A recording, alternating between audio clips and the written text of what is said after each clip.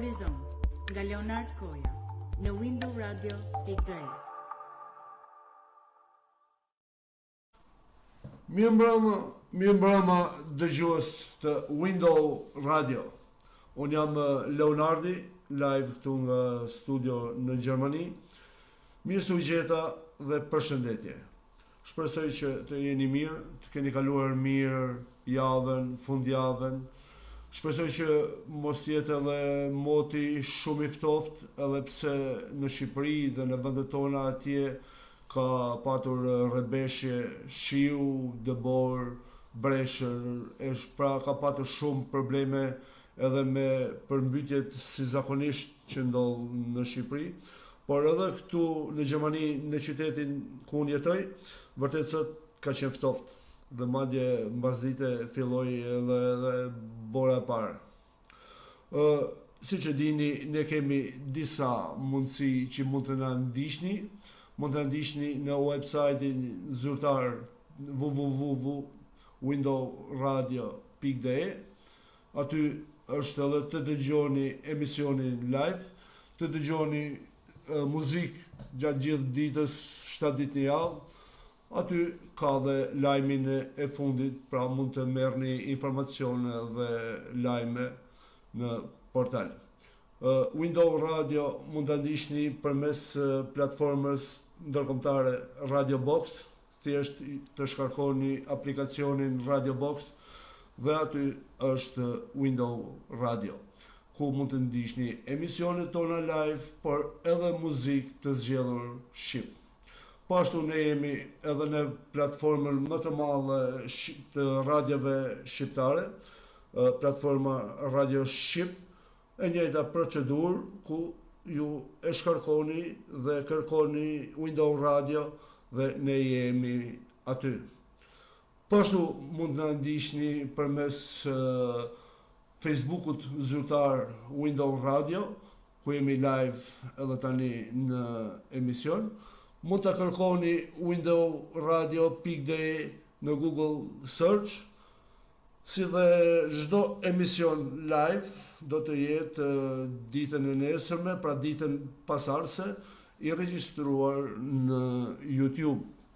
Kështu që keni mundësi të na ndiqni, unë jam mirënjohës pafund që ju na krijoni kohë, na dhuroni kohë nga koha juaj, të na ndiqni dhe ne do përpiqemi të sjellim të ftuar të ndryshëm, të fushave të ndryshme për të marrë informacione nga më të ndryshmet. Sonde unë kam përzgjedhur një të ftuar të veçantë, sepse ne jemi edhe në një javë të veçantë, ku dje ishte 117 vjetori i Kongresit të Manastirit, pra i alfabetit të gjuhës shqipe, ku vendos që ne të kemi këtë alfabet që kemi sot, nga A në Zh, dhe jemi edhe në javën e madhe të pavarësisë së Shqipërisë. Dhe unë kam përzgjedhur një historian, një profesor të historisë, i cili jeton këtu në Gjermani, pavarësisht jetës emigrantit, ai asnjëherë nuk është shkëputur nga historia, nga profesioni i tij. Pra unë të ftuar kam profesor Nusret Dervisholli. Zoti Dervisholli, mirë mbrëma, mirë se më erdhe. Për ju, stafin, për ju personalisht, por edhe për të gjithë dëgjuesit e radios tuaj.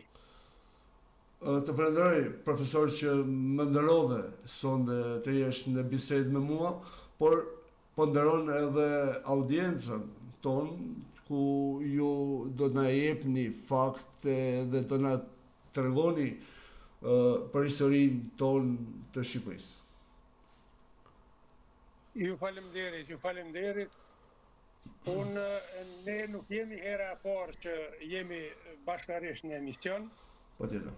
Unë ty të njoh mirë, kam një respekt jashtëzakonshëm dhe me dëshirë të madhe vi tek ti në emision, po them ti sepse ne edhe jemi miq. Patjetër.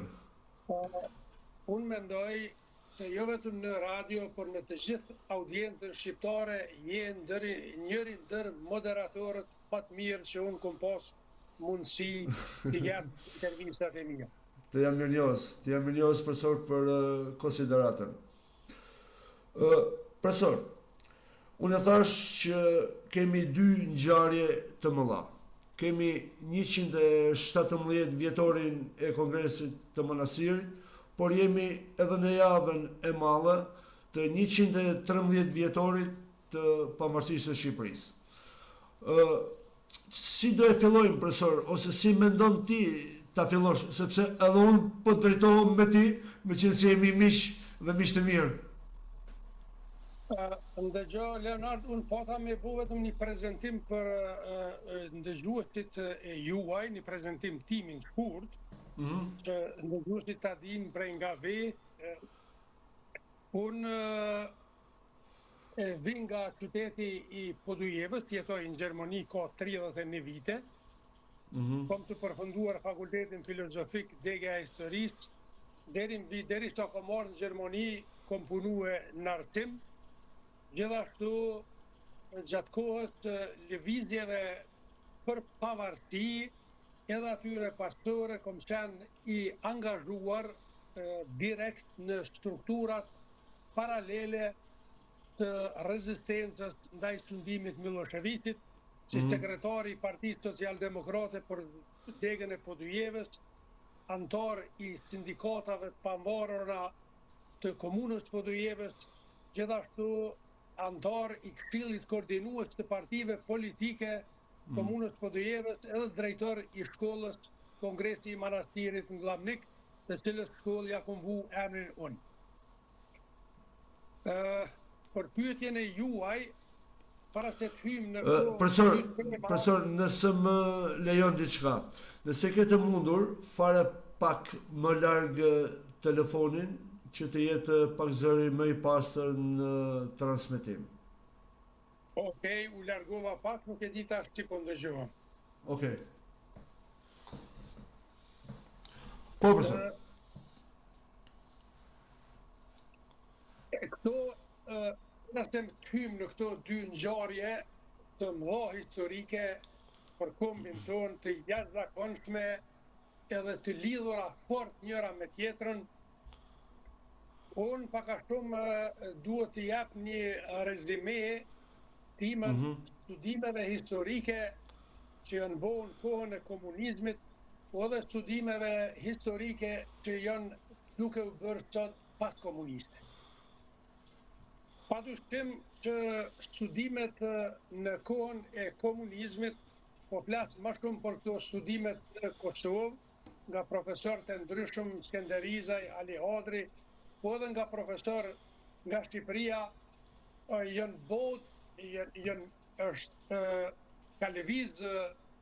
kanë lëviz studimet historike në favor tonin, por jo mjaftueshëm për ta demaskuar historiografin e popujve ballkanik të falsifikuara në dëm tonin, të ndikuara drejt për drejt nga çorçet politike ruse edhe në kohën e carizmit, po edhe në kohën pas revolucionit të vitit 1917, me vetmin qëllim që t'i përkrohin shtetet slave ortodokse ballkanike në mënyrë që atyre t'ju mundsohet dalja në detin mesdrejt. Dhe këto falsifikime sot historianë guximtar, të cilët kanë dalë nga rjeti i marimongues të komunizmit, e cili megjithatë ka pas një lloj tuhimi të studimeve për arsye se lidhjet në mes të partive komuniste në gjithë botën slave deri diku kanë qenë dhe nuk kanë desh të them ashtu me bo goditjen e fortë. Mirë po sot historian të ri jo mjaftueshëm sepse nuk ministrit përkate të arsimit edhe në Shqipëri, edhe në Kosovë, akademit edhe në Shqipëri edhe në Kosovë janë duke qaluar dhe nuk janë duke kryer punën e vetë si duhet, në mënyrë që të financojnë djemtë dhe vajzat e reja që njohin gjuhë botërore, që të shkojnë në për arhiva të ndryshme në mbar botën dhe të studiojnë historinë reale, e cila është një pjesë të njerëzve të cilët me vite nuk kanë dëgjuar ndoshta histori, është pak shokante. Sepse faktët tregojnë që kombi jonë edhe në kohën e ilirëve, po edhe pas ilirëve, sidomos në kohën e arbënorëve, ka qenë shumë më i shtrirë në gadishullin ballkanik, po jo vetëm në gadishullin ballkanik, po edhe në pjesë të Turqisë bregdetare, të Libanit, të Sirisë e deri në Egjipt. Prezenca e kulturës tonë, prezenca e gjurmëve tona është padyshim e padiskutueshme. Këtë mund ta vërtetoj me një fakt të cilin unë e kum përjetu vetë. Leonardi e din që unë shëtis shumë, patjetër. Tu është rreth detit me 10 njoft çdo gur, çdo fshat. Në mes shëtitjeve të mia që kom bo në Turqinë bregdetare. Në një vi bregdetare për 1500 kilometra, prej Izmirit, Alaçat, Çeşme, Kushadati, Bodrum, Marmara, Spetje, Tash, Kemer, Antalya, Tide, Alania, deri te Bregdeti Goti, deri te Bregdeti në kufim e Sirin. Dëgjoni, turqit original e kanë pomjen e asiatike, e kanë pomjen parapërsisht të ngjashme me mongolezët, me Kazakstanët, Tazjikistanët, Kirgistanët, pra janë një lloj kombinimi në mes asiatikëve edhe evropianëve. Në këto vise ku unë shkoj, thuaj se nuk shoh fare turq të cilët e kanë prej ardhën turq original. Dhe të gjitha ata duken parafërsisht krejt sikur na. Është një intervistë interesante e aktorit madh Gjim Belushi, i cili i jep CNN-it dhe njëri ndër moderatorëve më të mirë të CNN-it, dhe ai moderator e pyet Gjim Belushin, thot, a je shqiptar? Gjim Belushi thot, jo, nuk jam shqiptar, jam amerikan, a mohët kur për e shqeqoj vetën pasyre, krejt për më duket vetja sigur ata. Çka do të thotë kjo, që në brigjet bregdetare të Turqisë, njerëzit të cilët i shqeqoj mund të shqeqoni edhe ju gjatë pushimeve, nuk kanë të bëjnë fare me turq, por duken parafërsisht sikur ne. Dhe kjo është një dëshmi për cilën unë ju doni thoni që kanë atë ADN ilire. Po, padyshim që kanë ADN ilire. Unë nuk besoj që turqit do të bëjnë ndonjëherë ndonjë ADN, sepse do të dalin, do t'ju del ADN-ja katastrofë në disfavor të tyre. Dhe është interesant, nëse kemi kohë, besoj që mja 2 minuta, se si është bo asimilimi i këtyre njerëzve. Në kohët perandorisë osmane, unë kom qenë para një viti 2 në Alania dhe aty është një kështjell dhe një plazh. Është plazhi i quhet plazhi i Kleopatrës, ndërsa aty afër është një kështjell të cilën e kanë ndërtuar romakët, por idenë e ka dhonë Kleopatra edhe Jules Cezari, sepse aty kanë kaluar pushimet, kanë qenë dashnor. Kalaja është ndërtuar disa shekuj ma vonë, nga Octavian Aurelio është përfundue, domethënë ideja ka qenë e këtyre dyve, kur kanë ardhur turqit, kanë pas probleme të mëdha me i pushtuar kala. Gati ka qenë ngjajshme ngjarja sikur te kalaja Krujës, nuk kanë arrit me luftë ta pushtojnë, atëherë kanë përdorur një taktik, e kanë lënë qetë dhe nëpërmes spionëve kanë marrë informacione se kur udhëheci kalas ka dal jashtë kalaje. Fatkeqësisht e kanë zonë rob, e kanë dërguar në një kamp dhe aty me muaj të tënë për çdo ditë ja kanë quajtur një hoxh. E kanë liruar të lirë, e kanë lënë mu kthyen kala dhe të njerë ka bu tradhti, domthonë mazja u ka bu aj njerëzve në kala se sa turqit. Kjo është një metodë, pej qindra metoda tjera, fatkeqësisht të njëjtat metoda kanë përdorur nëpërmes kishës ortodokse të ndihmuar e të dirigjuar nga kisha edhe nga politika ruse në Ballkan duke i asimiluar i lirë pagan, po ma vonë edhe shqiptarë të cilët kudo në Ballkan kanë lënë gjuhën.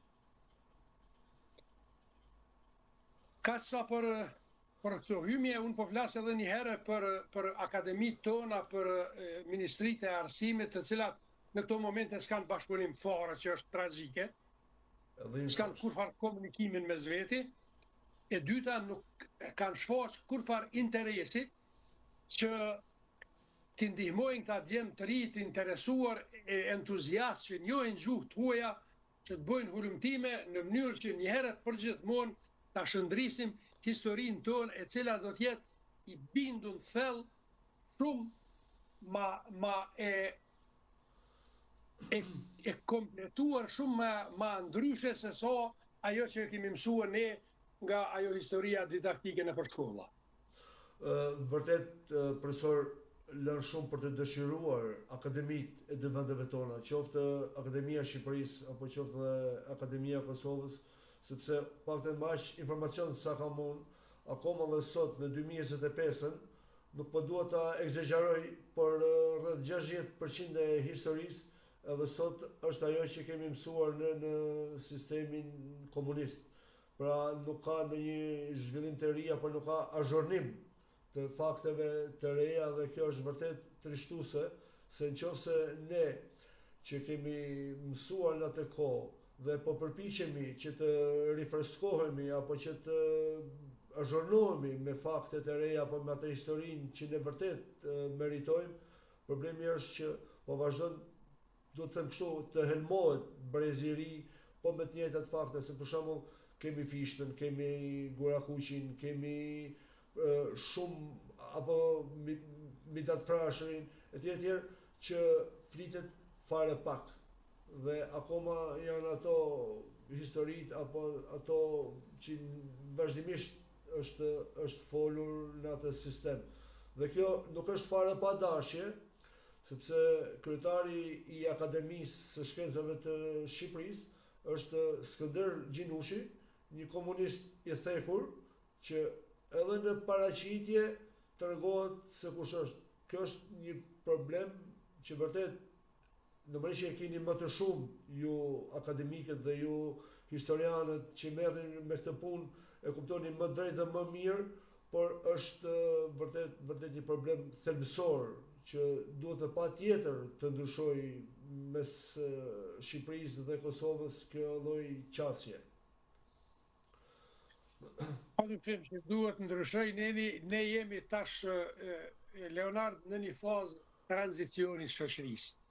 Po në zjarë shumë profesor kjo fazë. Feudale e komuniste e thellë, në një fazë tranzicioni, i cili tranzicion në shtetet perëndimore ka zgjat ndoshta me qindra vjet. Prandaj nuk duhet jemi edhe aq pesimist, sepse rrethonat ndërkombëtare janë tepër të favorshme për ne. Kush e ka imagjinuar para 20-30 vitesh që tokat e banuara me shqiptar, Shqipëria, Kosova, Maqedonia, Mali Zi, po edhe Greqia të jenë nën mbrojtjen, nën umbrellën e NATO-s. Sepse këtu, edhe për ngjarjet të cilat do të flasim më vonë, po vetëm një luftë. Lufta e Rusisë për me dalë në detin me Zdhe, dhe lufta e perëndimit për mos me lejuar Rusinë me dalë në detin me Zdhe. Dhe këtu varet krejt historia jonë, se so e jemi na të vetëdijshëm ka duhet me majt edhe për ku duhet mu majt fort. Gjatë historisë tonë kem pas oscilime të mëdha, kemi edhe sot në prezentimin e partive politike, dhe këto janë tepër të rrezikshme, sepse këtu është fundamenti. Këtu është fundamenti i ekzistencës tonë edhe i çështjes tonë.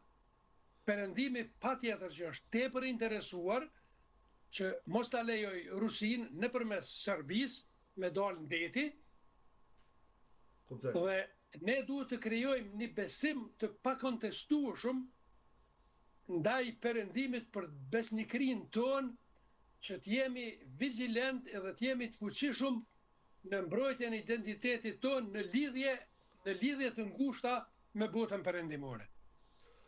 Unë që edhe si aktivist politik, edhe historian, edhe sot paka shumë një aktivist në rrjetet sociale për të dhënë ide dhe mendime, kur në jetën time për në asnjë sekond nuk më ka shkuar mendja me dal jashtë kësaj rrjeve. Hiç kur. Jo, kjo është e nevojshme. Prandaj për mua figura e Rugovës është e pakontestueshme në historinë tonë, është figurë e jashtëzakonshme, sepse ka trasuar rrugën për të gjithë ne pas tij se ka duhet të mbajmë. Por edhe ai vet e ka pas rrugën e trasuar, vetëm është dashur me lyp vet prej Pjetër Budrit, Pjetër Bogdanit, Gjon Buzukut, të cilët edhe atëherë na kanë dhënë sugjerime, shpjegime, edhe Skënderbeu, luftrat e tij, se ne duhet të jemi në pa asnjë dilemë, 100% pa asnjë diskutim të orientuar ka perëndimi. Po përpara se të shkojmë në rrjedhën normal, probleme, debate, shumë gjëra që sinqerisht janë të dëmshme për ne si shoqëri, por edhe për ne si kom. Fajin kryesor, unë mendoj se ka Akademia e Shkencave të Arteve në të dy anët e kufirit. Patjetër. Ajo është Akademia e Shkencave të Arteve duhet të hartoj planin strategjik të kombit tonë. Politika duhet ta zbatoj atë, nuk do të thotë që mund ta zbatoj 100%, sepse politika është ndryshe, akademia është pak ma lehtë me shkrue, ndërsa me zbatu në praktik duhen variacione, nga njëherë duhet më kthye disa hapa mrapa, duhet me bu lëvizje, këto din me i bu politika, por ne nuk e kemi bazën orientimin kryesor, që në momentin kur shoqëria jonë devijon, atëherë del Akademia e Shkencave me komunikat dhe i tregon këtij populli pa marrë parasysh ku jeton, se ka duhet majt edhe kush e ka gabim edhe kush e ka mirë. Absolutisht asnjë lëvizje, asnjë komunikat. Asgjë. Unë nuk e di, ndoshta edhe po figohen nga këto rrjetet sociale dhe komentimet e egra të njerëzve në rrjetet sociale duke shka, duke fyer. Nuk e di, ndoshta mund të jetë edhe kjo, ose kanë kërcënime nga politikanët, por është e çuditshme, është e gërditshme, se si heshin pas gjithë këtyre ngjarjeve dhe devijimeve që fatkeqësisht e kanë kapluar shoqërinë tonë. Pa diskutim. Të nderuar miq, jemi në Window Radio. Pra Window Radio në website-in zyrtar windowradio.de, në platformën Radio Box, në platformën Radio Shqip, jemi në Google Search windowradio.de, po ashtu edhe në Facebook në zyrtarët e radios windowradio.de. Të gjithë ju që keni dëshirë të ndiqni edhe emisionin sërish dhe jetë i regjistruar nesër në YouTube, për gjithë ju që keni dëshirë apo që nuk keni patur mundësi ta ndiqni tani në live-in tonë. Profesor, kthehemi tek ngjarjet më të mëdha, do thosha unë, të kombit tonë mbas Skënderbeut. Pra, është kongresi i Manastirit të vitit 1908, ku që nga data 14 nëntor i atij viti dhe me datën 22 u mblodhen disa burra të mëndshëm që në atë kohë nuk ishte as Bashkim Evropian, as Këshill Evropian, as NATO, pra nuk ishte akoma Evropa e organizuar, kjo Evropë që ne njohim sot. Dhe ata u bashkuan dhe ne na dhanë këtë alfabet apo këtë gjuhë të bekuar që ne vazhdojmë edhe sot e shkruajmë dhe poetët shkruajnë, historianët shkruajnë, shkrimtarët shkruajnë etj. etj. Dhe do doja profesor pak a shumë cilat ishin rrethanat që ne na sollën me 22 nëntor të 1908-s, pra që u bashkuan këta burra në këtë kongres. Kongresi i Manastirit edhe lëvizja kombëtare shqiptare që solli deri te pavarësia është vështirë me i shpjeguar ndarazi, sepse këto janë një. Janë të njëjtat personalitete të lëvizjes kombëtare shqiptare që e hartuan edhe alfabetin e gjuhës shqipe. Në nevojën për hartimin për shkronjat shqipe edhe për hartimin e një alfabeti shqip nuk janë vetëm në vitin 1908 ose pak para vitit në kohën e themashtu e romantizmit, por datojnë edhe ma herët dhe ne dim ato shkronjat e Vaskal Todrit, përpjekjen e tij për të sjellë, për të krijuar një alfabet unik shqip. Dhe gjithë e dim që ai fatkeqësisht u helmuan nga qarqet nëntoksore greke, sepse krijimi i alfabetit shqip do të thotë i paraprin krijimit të një kombi unik shqiptar, i cili fatkeqësisht deri në atë kohë nuk ne mund të them për popullin shqiptar, por nuk mund të themi ato karakteristikat kryesore që e karakterizojnë formimin e kombit. Prandaj një ndër ato që duhet të jenë faktike për formimin e kombit është edhe alfabeti. Në fillim të shekullit 19 formohen shumë shoqëri, klube shqiptare në emigracion kudo që kanë qenë, në Bukuresht, në kryeqytetin e Rumunisë, në Sofje, në Stamboll, në Misir ose në Egjipt, në Aleksandri edhe në Kairo, po edhe në vende tjera, për shembull në Boston të Shtetit e Bashkuara të Amerikës, formohen klube të ndryshme të cilat botojnë gazeta në gjuhën shqipe, por me alfabete të ndryshme. Pa alfabet unik shqiptar.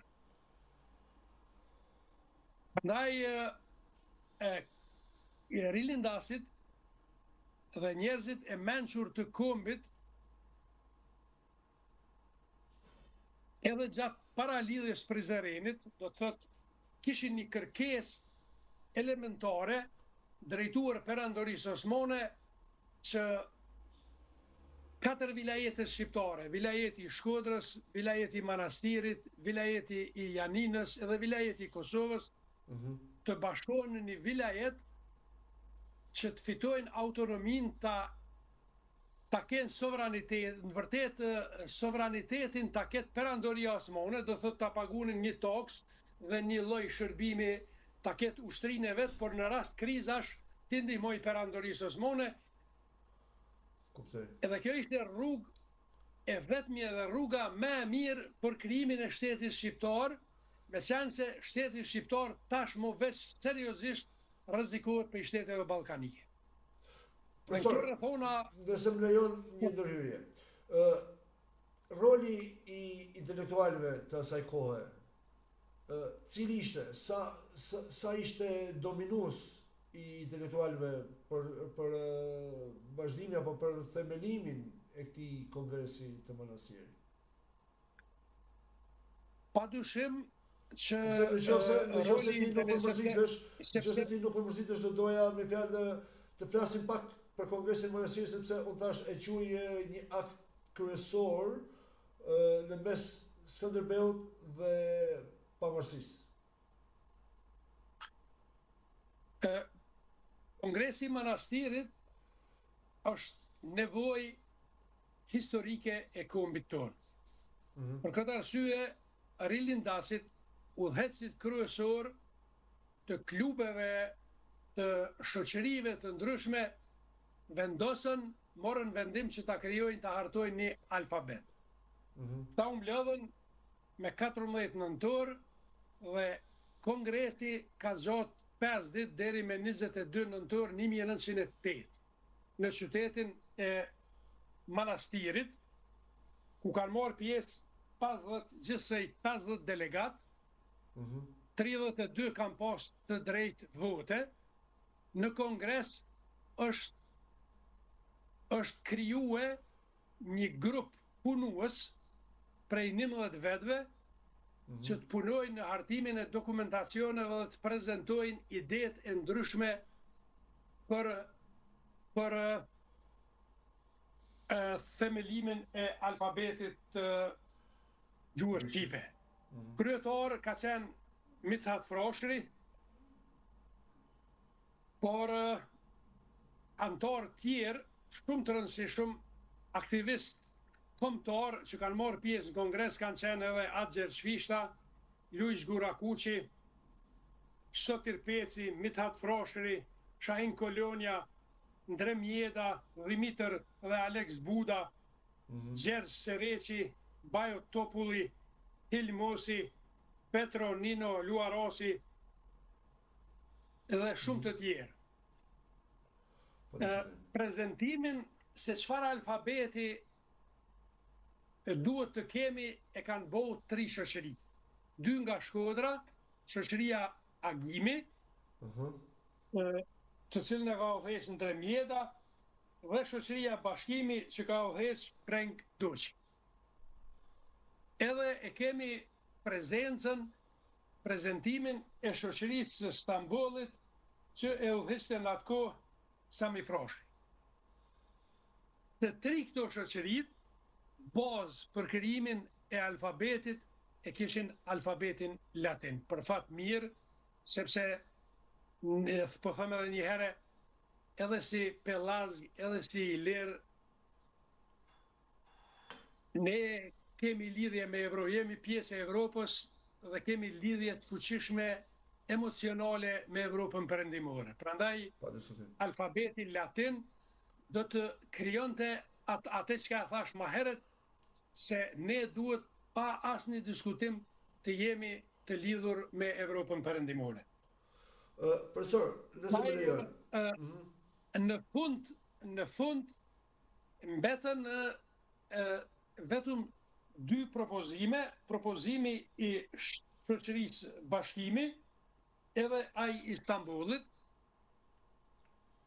në të cilën në kongres nuk u vendos definitivisht se cili, dallimet ishin shumë të vogla mes veti, se cili prej tyne do të aplikohet në shkolla të cilat ma vonë filluan të hapeshin në gjuhën shqipe. Ky dualizëm mes të këtyre 2 shoqërive me 2 alfabete ka vazhduar edhe pak, dhe në fund nevojat e kohës kanë mundësuar që këto 2 shoqëri, propozimet e tyre të shkrihen në një dhe të kemi alfabetin që kemi ne sot, alfabetin latin, po me disa kombinime, për shembull me nga 2 shkronja sh, th, r e tjera që janë karakteristike për kombin tonë. Patjetër. Profesor, ti e the se të kërkoj ndjesë edhe në mënyrën e komunikimit, sepse pavarësisht se ne jemi në një bashkëbisedim në media, por ajo pjesa e miqësisë nuk largohet kollaj dhe të shpreh në këtë mënyrën ti, jo ju, sepse ju e meritoni, sepse jeni vërtet ju, sepse keni një bagazh dhe një background shumë të madh, kështu që të kërkoj ndjesë dhe shpresoj se më mirë kupton në mënyrën e komunikimit. Unë nga një herë gaboj, nuk e di as... Profesor, pse ne, jo thjesht ne, po pjesa e atyre delegatëve të asaj kohe, dhe kanë patur këtë lloj përplasje mes 2 alfabetësh. Pra, mes 2, si thon, tezave për të zgjell gjuhën shqipe, cili do jetë alfabeti i shqipes. Dhe përplasjet kanë qenë të deri diku të kuptueshme për arsye se shoqëritë ku kanë jetue mërgata shqiptare, shoqëritë e formueme kanë qenë në vise të ndryshme. Nuk është vetëm alfabeti latin që është propozuar edhe alfabeti osman, turk, po, këtë desha alfabeti thosha. slav, alfabeti grek, alfabeti sidomos ka qenë konkurrent shumë i fort alfabeti arab. Dhe shoqëritë për shembull që kanë qenë në Kairo ose në Misir në Egjipt, ato gazetat e tyre i kanë botuar me alfabet arab. Kuptoj.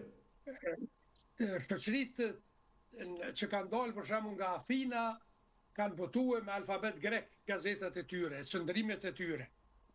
Prandaj normal që kanë insistuar që baza e këtyre alfabeteve të jetë gjuha alfabetet përkohëse që kanë bërë shtypjen e gazetave deri në atë kohë.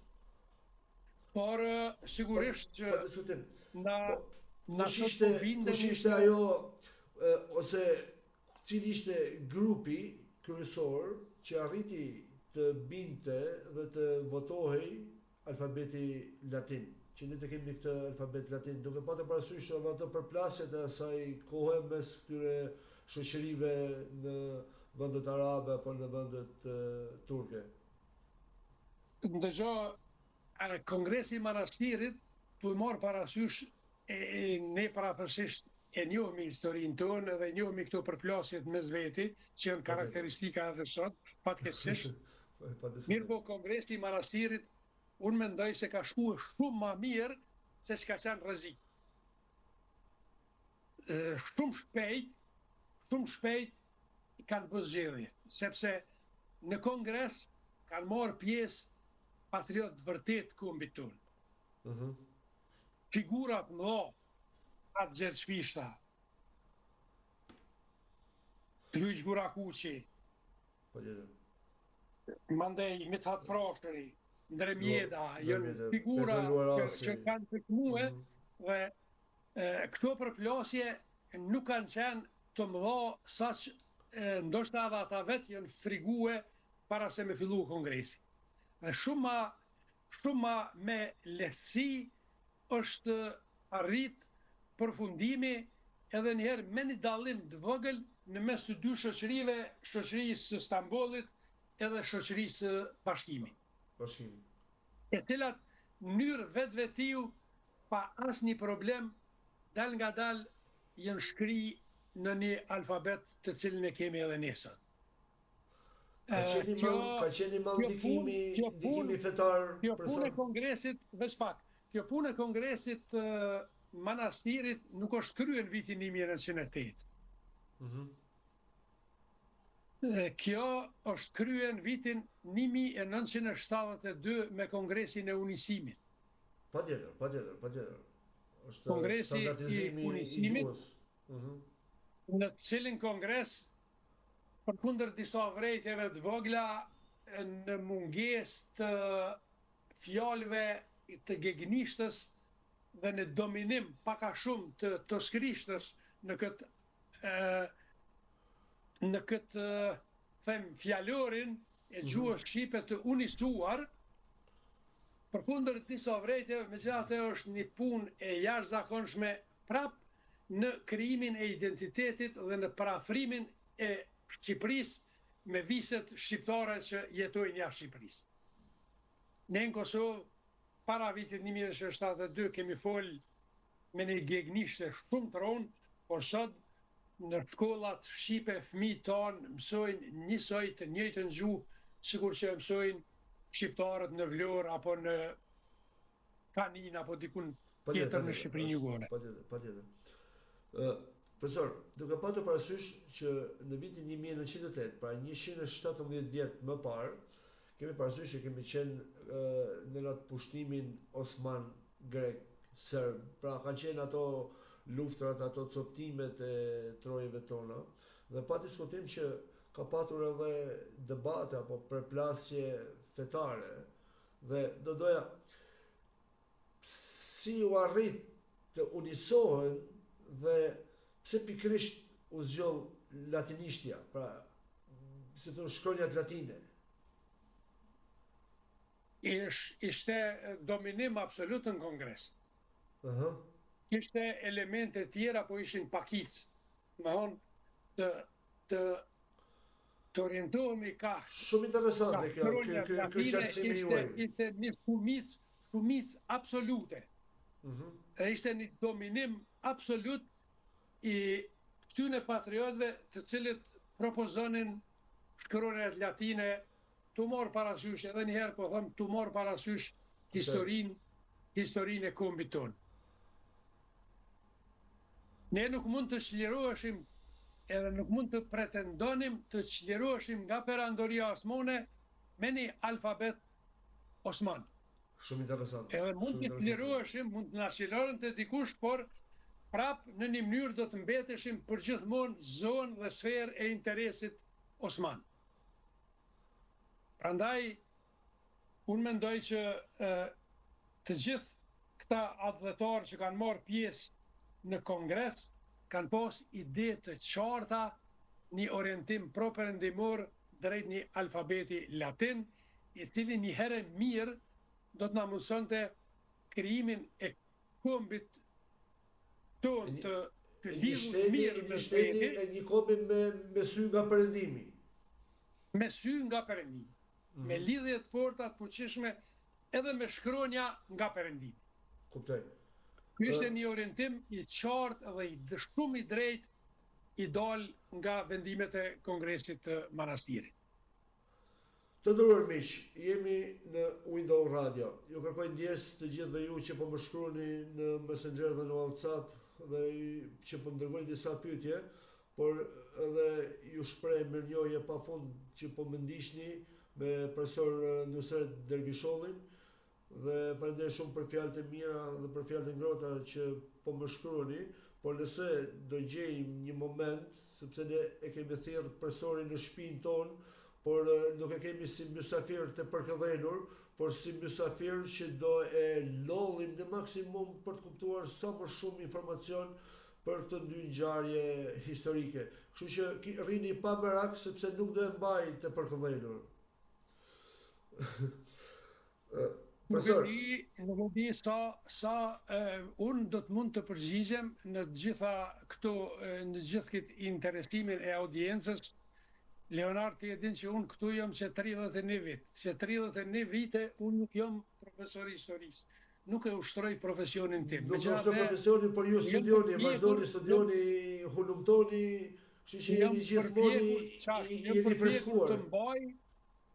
Të mbaj, prandaj ndonjë detal i vogël mund të ndodhë që të më ketë kaluar dhe ndoshta edhe nuk mund të jap përgjigje, por do të jem shumë i sinqert me të gjithë ndëgjuesit e juaj dhe do të përpiqem maksimalisht që në mënyrën më të mirë të shpjegoj këtë ngjarje. Të mirënjohës profesor, sepse edhe audienca na kupton që ne jemi në një emision radiofonik dhe ne këtu nuk kemi duke mbajtur referate shkencore përballë akademikëve apo në akademi të ballafaqojmë fakte. Ne jemi këtu për të dhënë mendimin tonë, për të dhënë ato diturinë tonë, aq sa ne njohim, por çdo kush që ka një mendim ndryshe apo që ka dëshirë të komunikoj me Window Radio dhe përmes Window Radio me audiencën, janë të mirë pritur vetëm të më shkruajnë në rrjetet sociale të Window Radio, aty është edhe numri i telefonit, qoftë numër telefoni, qoftë në WhatsApp, qoftë në Messenger, pra në çdo lloj mënyre mund të më shkruajnë dhe janë të mirë pritur në emision, pse jo organizojmë edhe emision debat edhe me profesor Dervishollin, kështu që ne jemi këtu për të dhënë aq sa mundemi nga dituria jonë. Profe, duke patur parasysh që koha të hershme, faktet historike, epoka ka qenë ndryshe, por të doja, kush ishin ato argumentet ose ato rrethanat kulturore, politike, gjusore, pra ato debatet, grindjet, dhe që u arrit përfundimisht alfabeti latin. Pra, kishte, ose ju, kini emra apo grupe shoqërish që krijuan një lloj debati brenda kongresit? Ndërsa është bo mirë që pas suksesit të jashtëzakonshëm vendimeve që janë marrë në përputhje të plot me interesat tona, unë besoj që spoku unë kam informacione se nuk janë dalë shumë informacione jashtë kongresi, të cilat kanë qenë debate edhe kundërshti në mes të grupeve të ndryshme. Është mirë që nuk janë dalë. Eksakt. Është mirë që nuk janë dalë, po them edhe një herë që absolutikisht në kongres ka dominue me një 90% kanë dominuar rrymat të cilat kanë qenë që alfabeti jonë të jetë alfabet latin dhe orientimi jonë të jetë properëndimor. Sa ndikoi unifikimi i gjuhës shqipe me alfabetin latin për zhvillimin e mëvonshëm të arsimimit shqip? Ndërsa Leonard, arsimimi i gjuhës shqipe është përcjell me vështirësi të mëdha. Patjetër. Jo vetëm në kohën e perandorisë osmane, jo vetëm pak para pavarësisë ose pas pavarësisë, para luftës parë botërore, gjatë luftës, po fatkeqësisht arsimimi i kombit tonë është përcjell me vështirësi edhe në mes dy luftave botërore, po fatkeqësisht edhe pas luftës dytë botërore. Përqindja dhe niveli i arsimimit ka qenë shumë i ulët, janë zhvilluar me vështirësi dhe për këtë punë kanë punuar agjenturat e mshefta të shteteve ballkanike të cilat kanë pas interes asimilimin e kombit tonë.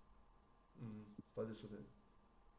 Propaganda e tyre e të gjitha ngjyrave fatkeqësisht kanë ndikuar që një pjesë e madhe, po gjithashtu edhe perandoria osmane. Perandoria osmane në fazën e parë ka qenë vend kogja demokratik, kogja i zhvilluar, por në 200 vitet e funit ka qenë një vend tepër i korruptuar, një vend ku ka sundue mënyra feudale, nuk ka qenë fare e zhvilluar kjo demokracia kapitaliste e Evropës perëndimore, apo që i thojnë këta komunistët borgjeze, Evropës perëndimore.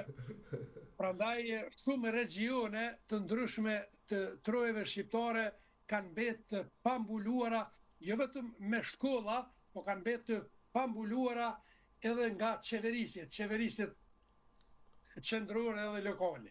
Patjetër. Profesor, si ndikoi kongresi në unifikimin e identitetit të gjuhës shqiptare, pra të gjuhës tonë në shkrim? Pra, sa ndikoi, flasim gjithmonë për atë periudhë duke patur parasysh ecurinë e gjuhës tonë. Padyshim, nuk e kem as një pikë dilemë që ka ndikuar pozitivisht, por po them edhe një herë, arsimimi, po edhe dolja e gazetave gjatë fillimit të shekullit 20 ka qenë tepër i vështirësuar në trojet tona. Ka qenë tepër i vështirësuar në trojet tona. Prap ka pas gazeta të dalura, revista të ndryshme shkencore jashtë territorit të trojeve shqiptare se sa brenda. Po mirë, të bëj një pyetje. Te kongresi i Manastirit ka ndikuar edhe një rrethon historike e zhvilluar brenda perandorisë osmane. Shtresat e pakënaqura me reformat brenda perandorisë osmane, në mesin e këtyre shtresave ka pas edhe shumë shqiptar që janë quajtur Osmanët e rinj ose Gjën Turq, në pranverë të vitit 1908 kanë bërë një revolucion. kundër Sultan Hamidit II. Në mënyrë që të detyrohet që të krijojë një qeveri të re, dhe është krijuar qeveria e Osmanëve të ri, të cilët kanë propaganduar një liri, megjithatë një liri demokratike për popujt e shtypur. Dhe rilindasit e kanë shfrytzuar këtë rast dhe me njëherë kanë filluar punën për thirrjen për unifikimin e alfabetit edhe unifikimin e gjuhës shqipe. Padyshim se mund të themi që a jemi ne të kënaqur me Osmanët e ri, jo, sepse shumë shpejt kanë ndryshuar qëndrim dhe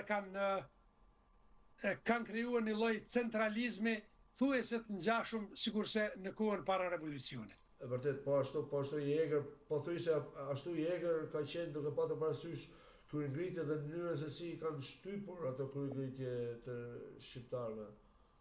Po, shiko, do të bëj një pyetje pak më ndryshe. Okej, ne jemi të kënaqur, të gëzuar, me fjalë që Kongresi i Menasirit arriti të unifikojë alfabetin e gjuhës shqipe dhe kemi alfabetin latin.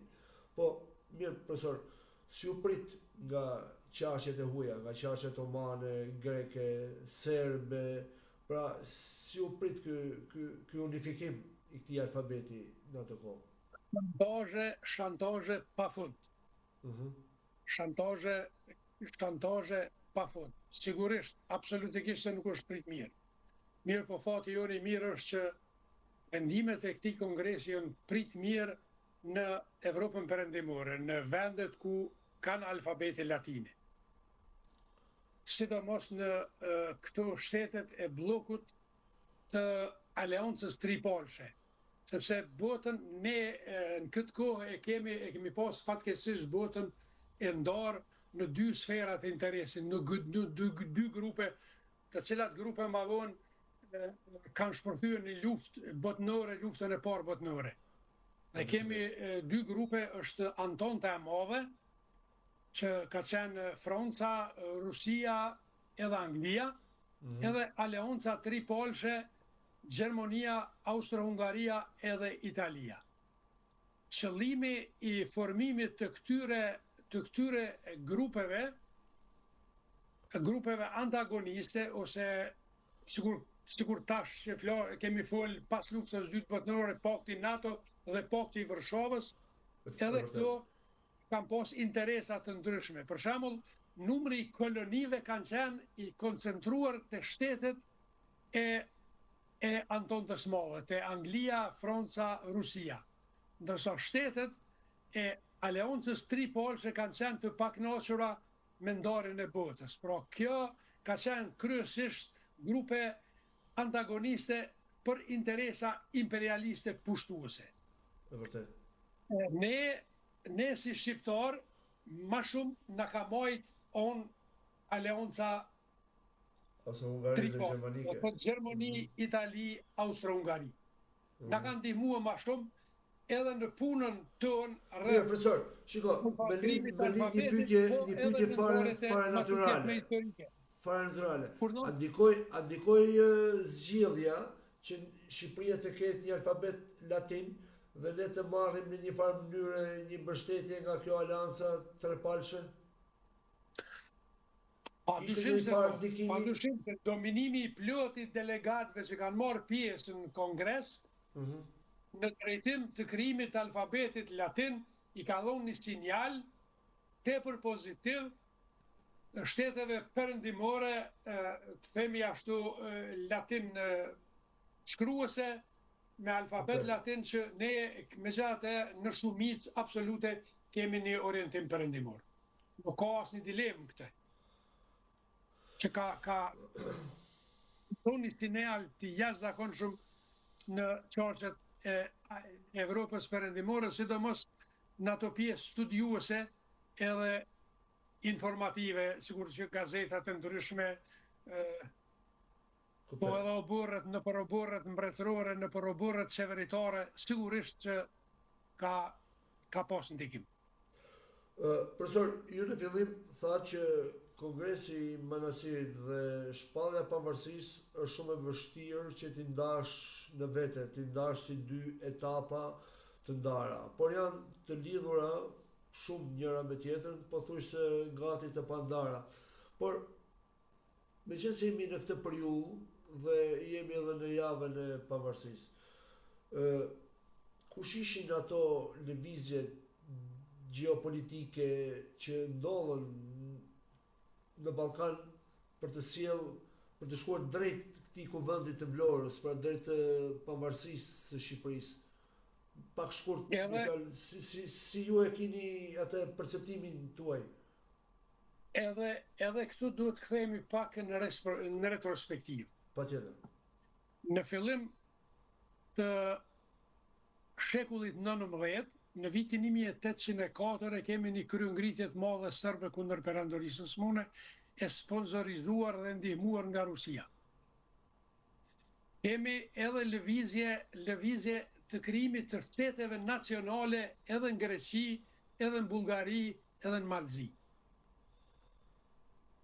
Ndërsa te ne ende nuk kishte filluar procesi i krijimit të shteteve nacionale. Ne kishim dy pashalluqe, pashallukun e Shkodrës në veri dhe pashallukun e Janinës në jug, të cilat në një periudhë të caktuar historike kanë qenë të pavarura, por ideja kombëtare e një uniteti kombëtar dhe një lëvizje të tyre kombëtare nuk ka ekzistuar.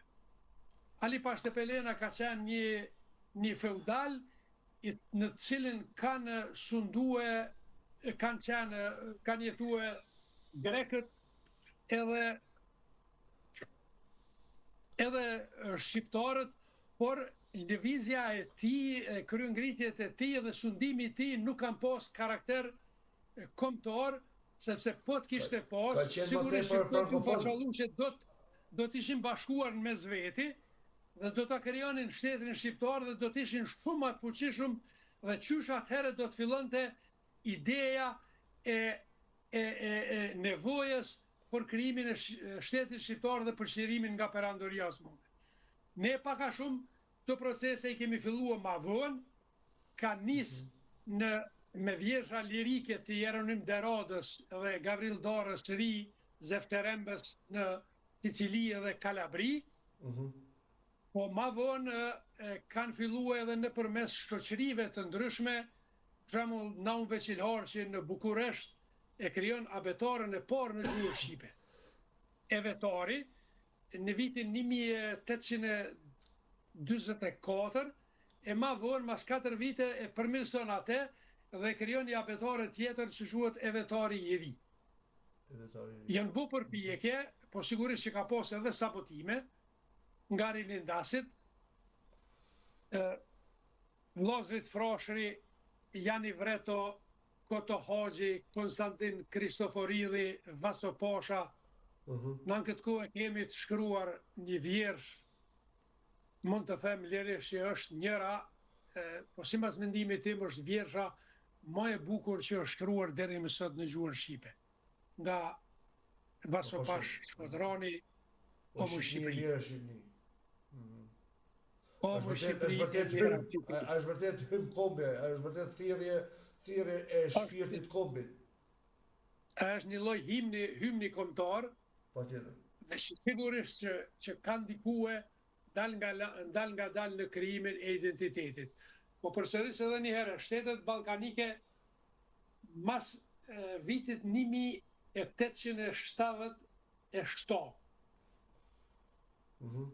kanë gjendjat e to kanë ndryshuar sepse Rusia e kishte fituar luftën ndaj Perandorisë Osmane. Dhe Perandoria Osmane për t'i ruajtur sferat e interesit në Azinë Qendrore edhe në Kaukaz, por ka qenë edhe detyruar dhe ka bërë shime.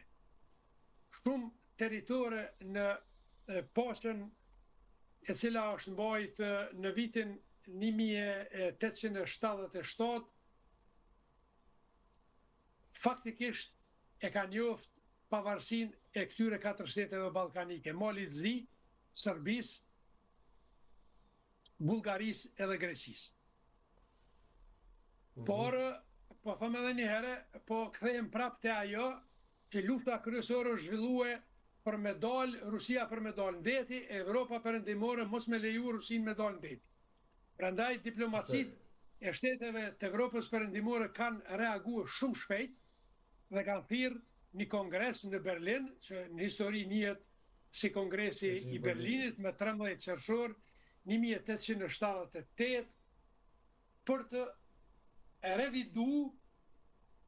të revidue paqen e Shën Stefanit, e cila ishte në disfavor të Turqisë dhe i mundsonte daljen e Rusisë nëpërmes Bosforit edhe Dardaneleve në them ashtu në ujërat e nxehta në detin Adriatik. Prandaj diplomacitë e shteteve të Evropës perëndimore thirrën Kongresin e Berlinit me qëllim që ta revidonin vendimet e paqes Shën Stefanit. Për këtë arsye, njerëzit e mençur të kombit ton shpejt e thirrën një kuvendin e Prizrenit, ku e formuan lidhjen e Prizrenit dhe ishte një lloj formimi një qeverie e cila do të prezantonte interesat e kombit ton që do të drejtoheshin në dy drejtime.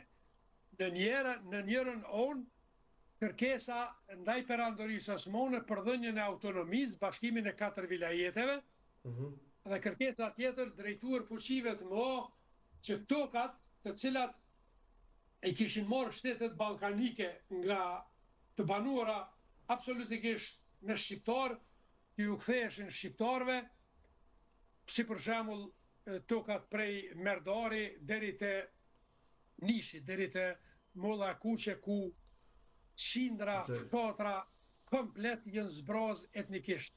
Janë detyruar të ikën në rrafshin e Kosovës, po kemi edhe vendime edhe të paqes Shën Stefanit fatkeqësisht të miratuara edhe në Kongresin e Berlinit, që në Maltëzi, Ulqini, Plova, Gusia, Gruda, Poti, që t'i ktheheshin lidhjes Prizrenit. Do thotë qeveri shqiptare të udhëhequr nga lidhja e Prizrenit. Këto ishin aktivitetet fatkeqësisht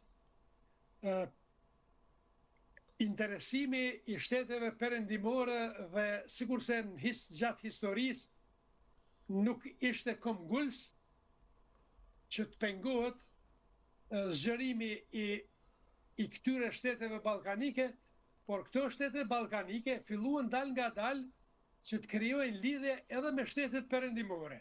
Për shembull, Serbia me Austro-Hungarinë në kohën e Obrenovićve ka pas marrëdhënie të shkëlqyeshme me Austro-Hungarinë edhe Gjermaninë, po edhe më vonë në kohën e Karađorđevićve më herët, po edhe më vonë kanë pas lidhje të jashtëzakonshme të mira me Francën edhe me Anglinë. Kjo neve na ka kushtuar shumë punën. Kanë patur lidhje në dy bloqe, qoftë në bllokun frankofon rus, po edhe në këtë bllokun tjetër gjermanik, po themi, dhe italin. Kanë patur lidhje në dy bloqe. Obrenovićët kanë pas lidhje me bllokun e fuqive qendrore, ndërsa Karađorđevist kanë pas lidhje më shumë me Francën, Anglinë edhe Rusinë.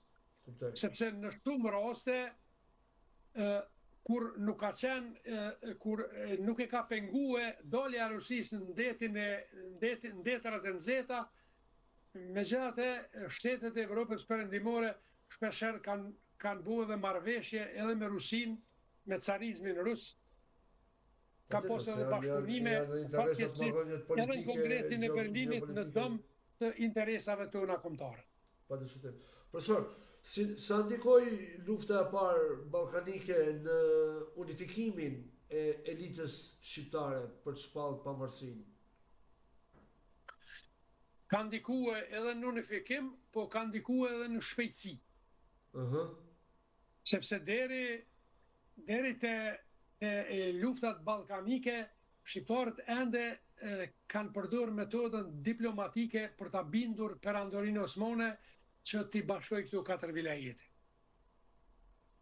Mirë, po kur filluan luftrat ballkanike dhe kur u pa e qartë synimet e shteteve ballkanike për ta pushtuar dhe coptuar Shqipërinë, atëherë ishte nevojë e ngutshme e rilindazve që të bëjnë shkollën e pavarësisë së Shqipërisë. Ma aktiv në këtë kohë, padyshim që ka qenë Ismail Qemali edhe Luiz Gurakushi, të cilët filluan në nëntor të vitit 1912, filluan aktivitetin diplomatik duke trokitur në zdyret e diplomacive perëndimore në mënyrë që ta përkrohin këtë delegacion që të kthehet në Shqipëri dhe ta bëj shpollin e pavarësisë.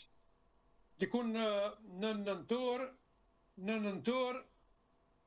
të vitit, në fillim të nëntorit, dikun ka data 10-15, nuk e di saktësisht, Ismail Qemali dhe Luiz Gurakushi kanë shkuar në Bukuresht, prej Bukureshtit në Vjenë. Atje janë takuar me Bertholdin edhe në Trieste.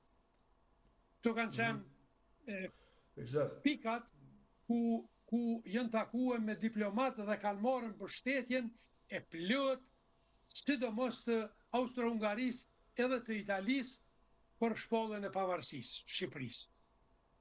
Dikun me 21 nëntor, Ismail Qemali ka zbrit në portin e Durrësit dhe ka pas për qëllim shpollën e pavarësisë në Durrës.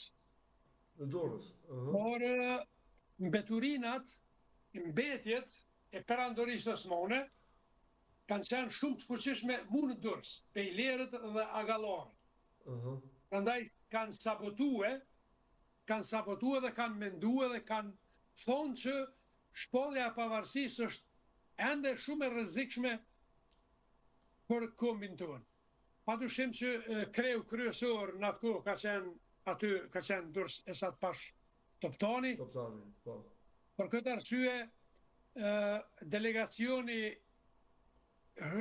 shqiptar diplomatik në krye me Ismail Qemalin ka marrë rrugën drejt jugut, drejt Vlorës, ku shumë shpejt ju kanë bashkangjit delegat nga viset të ndryshme të Shqipërisë.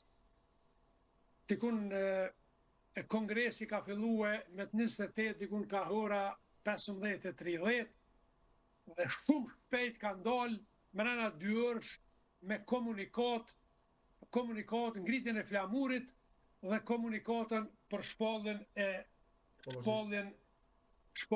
e pavarësisë. Profe, shiko, paka shumë, kush ishin ato aktet juridike, historike që Ismail Qemali përdori për të legjitimuar aktin e pavarësisë? Sepse nuk është e lehtë të shpallësh pavarësinë, po duhet të dikush të njohë, të t'japë njohje. Dëgjoj, mas pari këta kanë dalë me komunikatën se Shqipëria më sot të bëhet me vete e lirë e mos mbarë. Dhe e dyta ka qenë informimi i shteteve perëndimore me këtë akt. Në katin e sipër më duket ka qenë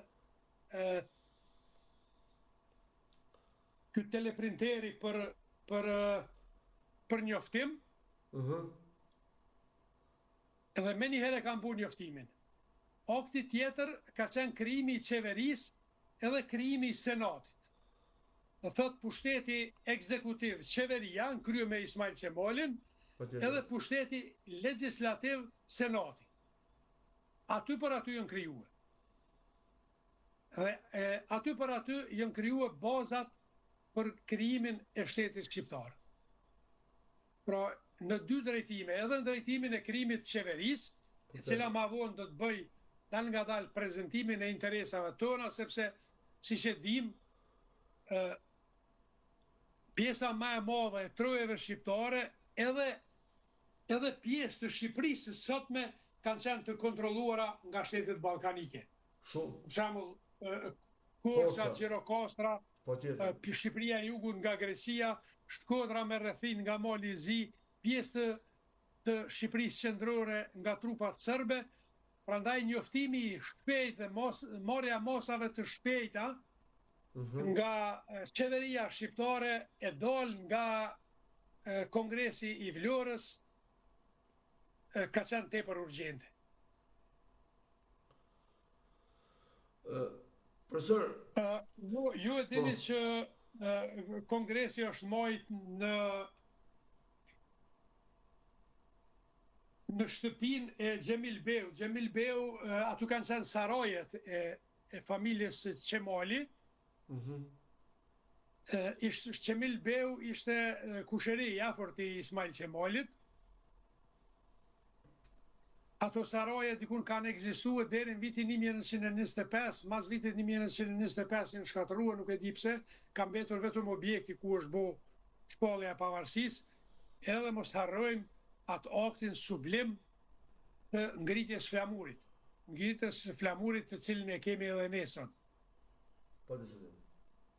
Profesor, çfarë roli kanë luajtur fuqitë e mëdha evropiane, qoftë në procesin e njohjes të pavarësisë së Shqipërisë, apo edhe në atë të kushtëzimit të kësaj njohje? Dëgjoj, menjëherë një vit ma vonë, në vitin 1913, është marrë Kongresi i ambasadorëve në Londër, i cili i ka caktue kufit të cilët Shqipëria i ka sot, fatkeqësisht. Dhe ka formuar komisionin ndërkombëtar të kufive që ka qenë një lloj pushteti i ngjajshëm me rezolutën 1244 që është krijuar në Kosovë mas luftës Kosovës. Dhe ata në një mënyrë kanë ardhur në Shqipëri dhe qeveria e Ismail Qemalit në një mënyrë ka qenë nën kontrollin e këtij komisioni ndërkombëtar. Unë nuk po them që ky komision ndërkombëtar ka ardhur për ta qeverisë keq Shqipërinë, sepse është përpjekur që të krijoj një qeveri shqiptare stabile që ma vonë t'ja jep të gjitha kompetencat,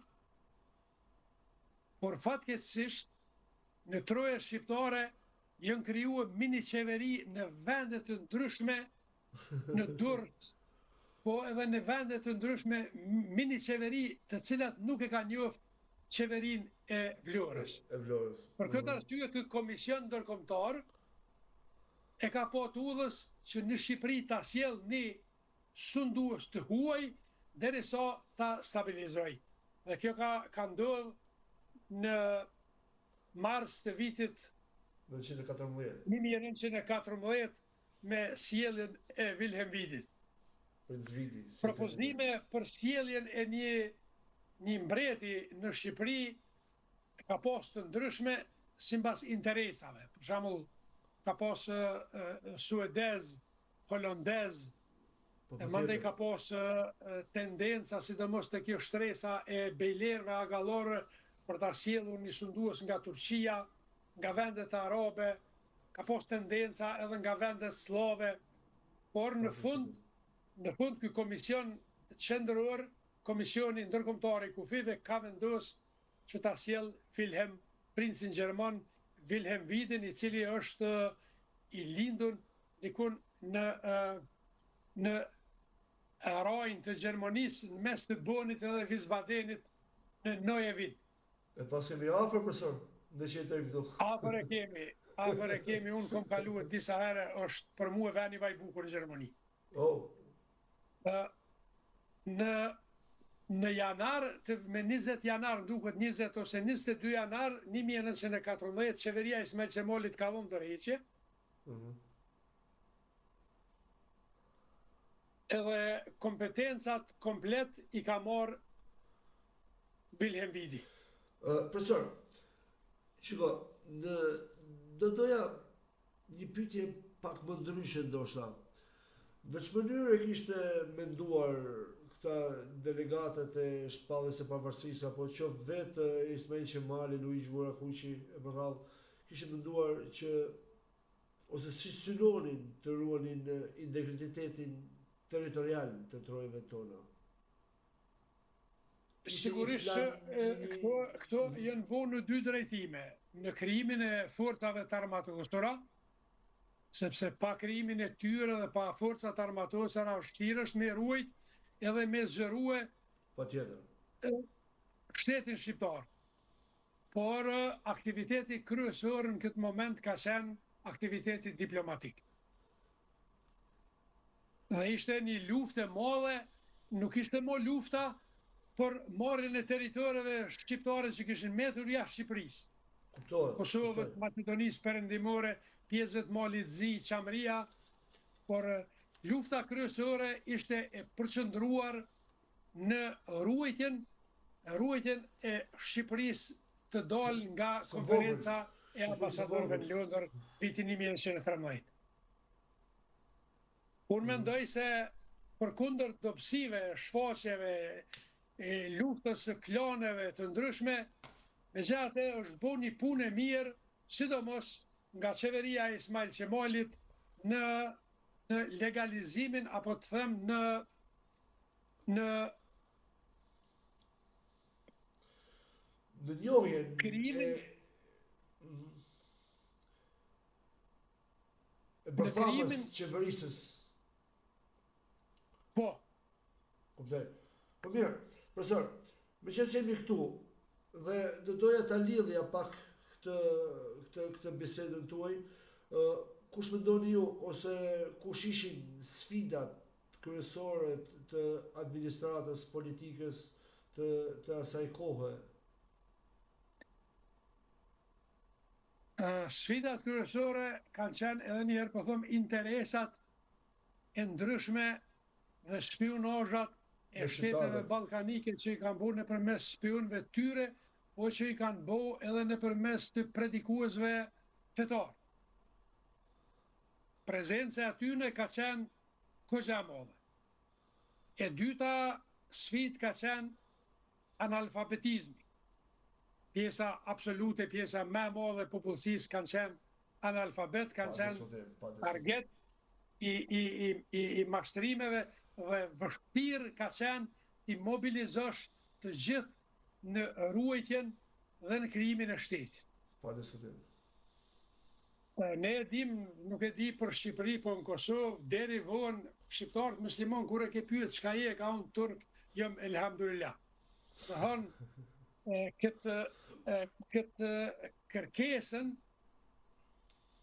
për identitetin kombëtar nuk ka qenë problem vetëm në fillim të shekullit mas palës pavarësisë, në fillim shekullit 20, po ky problem na u ka ballafaque edhe në mes dy luftave, edhe gjatë luftës dytë botërore, fatkeqësisht edhe mas luftës dytë botërore. Është problem i mbartur, është vërtet problem me fjalë, sepse ne shpeshherë ngatrojmë besimin me kombin. Ndërkohë që besimin e ke çështje private, kurse kombi është çështje të gjithëve. Sot ka tendenca për, nuk po them për asimilim të kombit shqiptar nga elementet e radikalizmit islamik, por në spostimin e kombit në çështje sekundare dhe fenë në çështje primare është prezente absolutikisht. Kjo është rrezikshme. Është tmerr, unë kam qenë para 2 vite në Shkup, njëre ndër rajonet më të bukura të Shkupit, qytetin e vjetër, dhe thujese gati kom qajt se nuk mujshe me dit a je në Afganistan, a je dikun në Arabin Saudite, apo je dikun në një vend Evropian apo në trojë shqiptar. Profesor, të kthehemi pak tek Urno. Po, jo, të kthehemi pak tek 912-a përsëri. Cilat ishin ato sfidat kryesore të një menaxhimi ndërkombëtar të Shqipërisë sapo të formuar për të ruajtur politikat e veta? Me cilat duhej të menaxhonte marrëdhëniet, me cilat shtete, me cilat ishte lidhjet, si kur themi dhe sot, lidhjet diplomatike, për shembull, që duhet të menaxhohet Shqipëria për të ekzistuar politikisht? Është, ndëgjo, lidhjet diplomatike natyrale, ne kemi pas më të mira me bllokun e shteteve qendrore. Gjithmonë. Sepse qëllimi i këtyre shteteve ka qenë megjithatë ma pro-shqiptar në Ballkan dhe ka qenë më i avancuar. Sigurisht që interesat tona janë edhe me shtetet tjera, për shembull me shtetet e bllokut tjetër me Angli dhe Francë, por fatkeqësisht pozicionin e ka nxonë më herët Serbia. Dhe propaganda serbe ka bo që këto shtete megjithatë të kenë një qëndrim pak më neutral ndaj pavarësisë së Shqipërisë. Ose pak më të zbutur. Pak më të zbutur. Sigurisht që qeveria Nikola Pashiqit ka bu shumë për kombin serb dhe ka bu shumë që Serbin të afroj me Francën edhe Anglinë, të cilat ma vonë edhe gjatë luftave ballkanike, po edhe gjatë luftës parë botërore i kanë ndihmuar shumë. Edhe në dëm tonë. Mirë po, nuk ju ka dalë Shqipëria bash let serbët që e kanë mendue, sepse në historinë e kombit tyne nuk kanë humbje më të madhe se sa kalimi i Alpeve shqiptare i bjeshve të Nemën. Kanë humbë njerëz pa fund. Pa diskutim. Dhe atë vend e ka Nem, sepse thuaj se ma shumë se çdo i dyti ushtar ka vdek dhe ngri në malet e Shqipërisë në bjeshkët e Nemën. Ato bjeshkën mallkimi i tyne, prandaj edhe quhen kështu si bjeshkët e Nemëna, sepse ata vetë ja kanë gjitë këtë emër. Mi fjalë është emër nga serbët. Po, bjeshkët e Nemëna e kanë marrë emrin nga viti 1915, kur qindra mija ushtar sërb duke ikur nga ushtria austro-hungareze, nuk kanë pas gryka e vardarit ka qenë zën, dhe për mu takue me forcat greke edhe aleate franceze në Korfuz, është dashur të kalojnë malet e Shqipërisë për të ra dikun në luginën e Durrësit dhe nëpërmes portit të Durrësit të kalojnë Korfuz, duke ikur nga ushtria austro-hungareze, qindra mija sërb kanë humbë jetën në bjeshkët e Nemrës. Ata lavdërohen shpesh herë, fatkeqësisht unë kur nuk kam pas mundësi me bën ndonjë debat me ta, që janë fitues të luftës parë botërore, ata nuk janë fitues, nuk janë kurrë, sepse ata vetëm kanë ikur. Dhe kanë nejt në frontin e Korfuzit me të mbrojtur nga ushtria franceze, derisa ka kapituluar bloku i fuqive qendrore dhe janë kthyer në Serbi tek mas vitit 1918. Kuptoj. Profesor, në çfarë mënyrë shënoi një shkëputje e Shqipërisë, një shkëputje plot e Shqipërisë nga politika osmane, qoftë në mënyrë simbolike apo në mënyrë të plot, pra si ndikoi apo si arritëm ne të shkëputemi nga osmanët?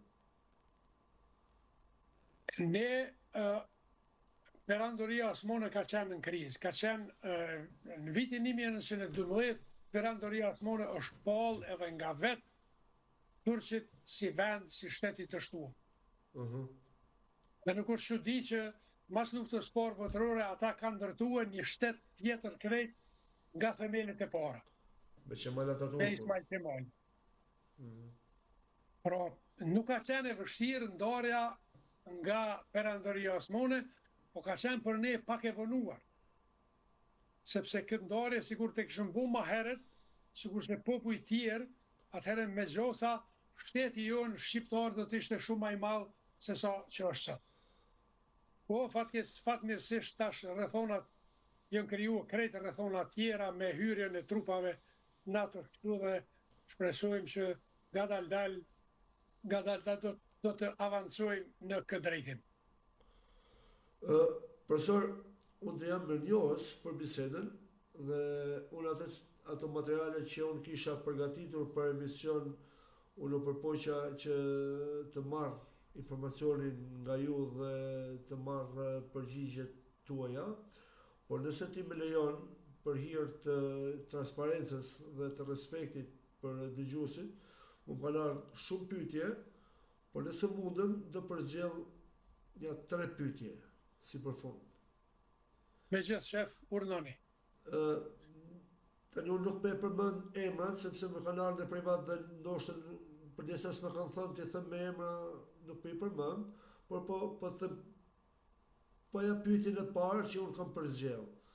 Thot, përshëndetje, thot, i nderuar Leonard, thot, respekte, thot, për historianin Dervisholli, e ndoshta thot me shumë vëmendje bisedën e zotërisë dhe vërtet thot, ishte shumë interesante dhe shumë e thjeshtë për të kuptuar disa informacione ndryshe. Por do doja nëse mundesh të më bësh një pyetje për profesorit, sa ka ndikuar analfabeti i popullit ton, duke patur parasysh që në shumë vonë e unisuam alfabetin e gjuhës shqipe, ndje sepse pe lexoj live, profesor, dhe thot, sa ka ndikuar, thot, në unitetin e vet popullit ton për të ndërtuar një shtet formim? Sigurisht që ka pasur ndikim të madh. Edhe njëherë po them që mbi 90% të popullsisë nuk e di shifrën e saktë, ka qenë komplet analfabet. Pa diskutim. Prandaj në krijimin e shtetit, po edhe në krijimin e unifikimit, ka pas problemet më dhe këto na kanë përcjell gjatë pjesës së parë të shekullit 20. Kjo na ka përcjell gjatë bile edhe mas luftës dytë botërore na ka përcjell kjo pjesë. Edhe pse dorën zemër Ahmet Zogu është përpjek që të hap shkolla shqipe dhe të bëj ngritjen e nivelit të arsimit në Shqipëri, ka bërë një punë të cilën unë nuk e di mendimin e historianëve tjerë, na që të kemi mësue në historitë e komunizmit, a i s'ka bu kur farë punën këtë drejtim, nas një drejtim, por nuk është krejt ashtu, ka bërë, me gjate, ka bërë shumë, e është përpjek shumë në rrethona ekzistuese po flasë. Sepse nuk është letë për me një herë të gjithë Shqipërinë ta fuç në sistemin shkollor, por me gjate ka bu një punë të jashtëzakonshme pas pari në konsolidimin e shtetit, në forcat armatosura, po edhe në arsim. Ajo që ka dështue është reforma agrare, do të thotë kanë pësue fshatarët dhe nuk është përmirësue absolutikisht jeta e tyre. Ka përzgjedh edhe një pyetje tjetër, kjo më duket më tepër si pyetje politike, nëse doni mundi përgjigjen, nëse jo është drejta juaj. Nëse di pse jo. Thotë, respekt e Leonardot për emisionin, është hera e parë që po ndjek, thotë dhe më keni bërë për vete dhe do jem në çdo emision dhe përpiqem të jem dëgjuesi juaj. Faleminderit shumë, të jam mirënjohës pafund. Do doja, thotë, të më bëj një pyetje, thotë, zotërisë. A do ishte pro një monarkie të madhe Shqipëri-Kosovë dhe a mendon që ndër ne si popull ka humbur konservatorizmi, pra nuk ka lëvizje konservatore? Pyetje me vend, do të përpiqem që të jap një përgjigje reale, ashtu që ndjej unë, Kuptoj. Që nga fillimi i vitit 1944, e djatha shqiptare, pas marrëveshjes mukjes ku gjitha forcat politike të djatha dhe të mojta janë marrë vesh që të bëjnë luftën kundër fashizmit gjerman dhe pas lufte me unë të zgjedhjeve të lira populli i Shqipërisë do të vendosë se kuj mi ia dhon pushtetin.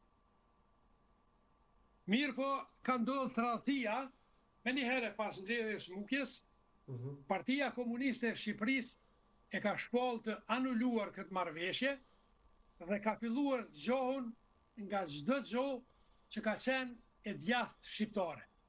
Dhe kjo luftë e tij ka zot deri në vdekjen e tij në vitin 1985, derisa është varros. Të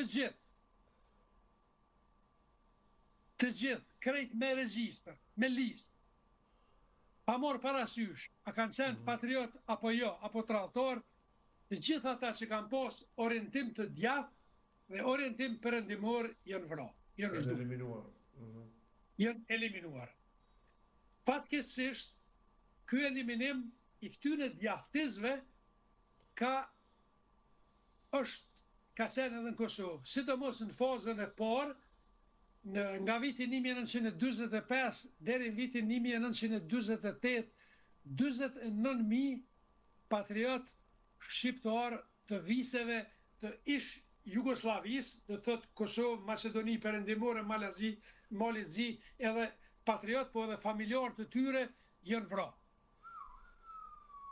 49.000 profesor për 49.000 si po them patriot me tendencë se janë bashkëpunëtor të Perëndimit.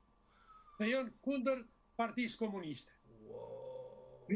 Nuk e di, por edhe në Shqipëri kënë e kanë zonë dhe kush ka rënë duar tyne e ka përjetue njëjtin fat. Pasojat e kësaj, e këtij pastrimi i ndjejmë edhe nesër. Sepse gjatë historisë kontributin më të madh për kombin tonë e kanë dhënë njerëzit e pasur, jo pse kanë qenë më patriot, sepse i kanë pasur mundësitë më të mira me dhënë kontribut. Patjetër. Është në Shqipëri, nganjëherë ne bojmë shpesh hajgare, thojnë i varfër dhe patriot. Do të thotë, nuk mund të jesh patriot pa qenë i varfër, pa të prapashtesën i varfër. Dhe po them edhe një herë, unë sa kuptova pyetjen, ishte pyetje që mua më pëlqej dhe e përshëndes shumë pyetjen, që konservatorizmi jon, konservatorizmi i djathtë është të duhur shumë.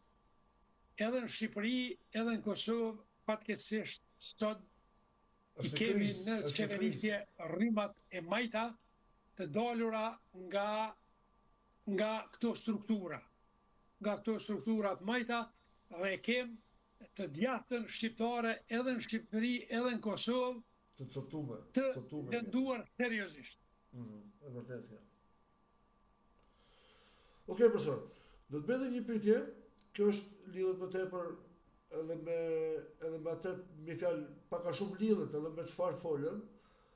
Zotëria më pyet, më fjalë thot respekt i nderuar, më fal thot se nuk e kam dëgjuar emrin tuaj, unë jam Leonardi, jam këtu në Gjermani, në studion në Gjermani.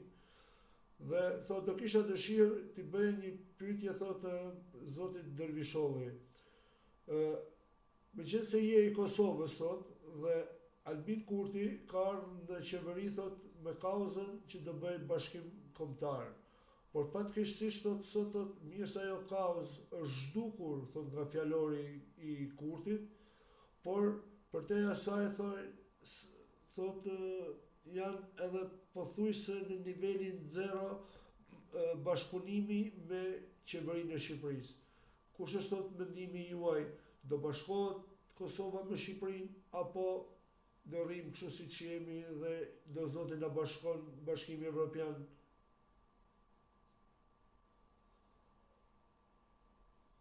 Jo, bashkimi me unë të them ashtu të shpalljes është goxha i vështirë. Tani për tani. nuk e dim, do shta mrena një kohë shumë shkurt mund të ndryshojnë rrethonat, por bashkimin e përmes shpalljes, do thot shpalljes të Parlamentit të Shqipërisë dhe Parlamenti i Kosovës ta bojnë bashkimin në përmes një akti të shpalljes. Tani për tani nuk është në tavolinë. Kurti, u besoj që e ka ditë, edhe para se me ardhën pushtet, që kjo tani për tani është e vështirë dhe është gati, është e pamundshme.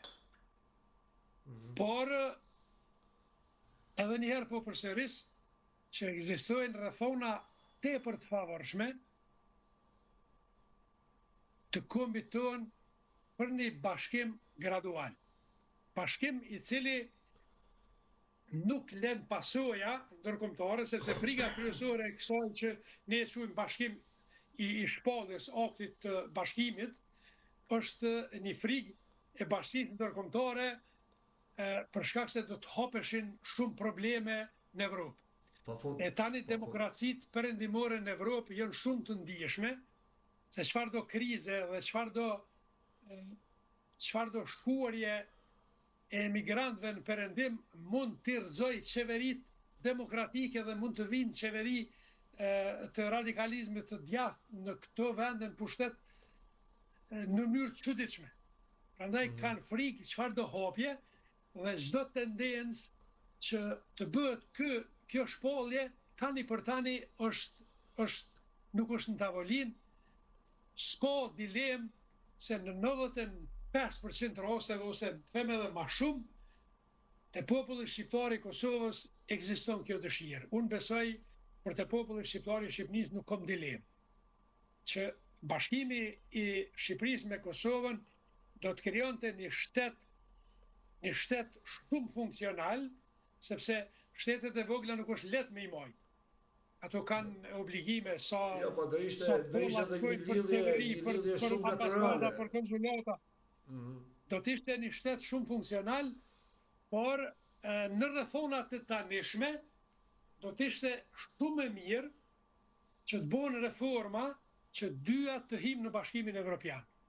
Dhe në kuadër të Bashkimit Evropian të heqim ato pengesa administrative, për shembull krijimi i një sistemi unifikues të arsimit prej dy vendeve.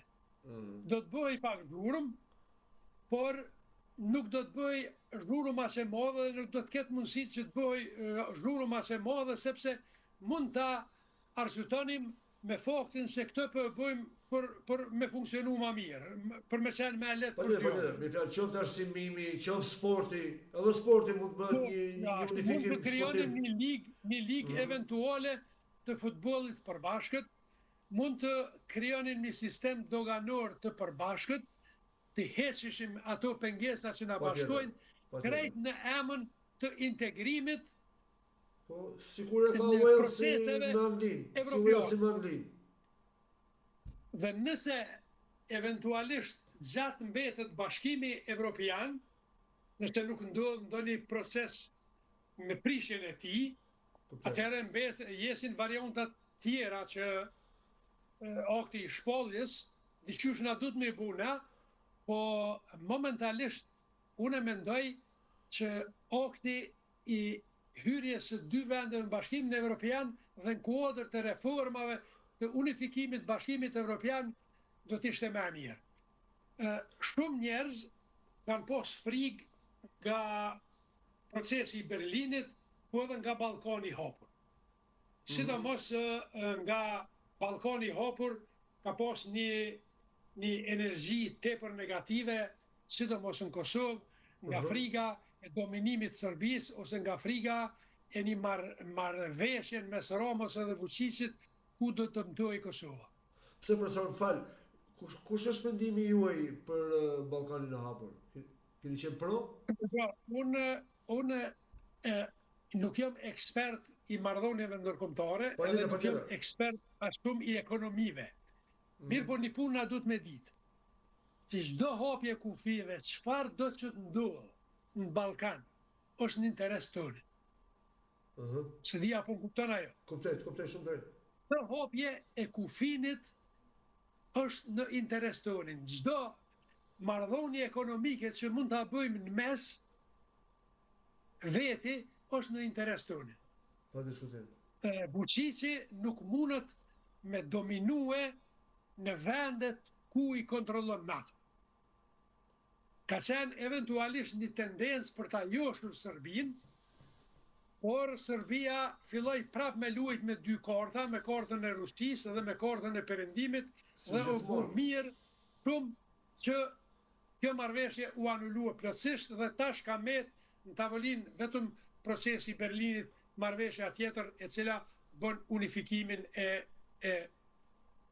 po ekziston edhe një tjetër në raport shqiptaro-serbe dhe ka qenë kjo marrëveshja e Washingtonit e nënshkruar nga qeveria Hoti me Washingtonin për 2020 më qofshin gabim. 2019 nuk e di. 2019 dikun ka shtatori.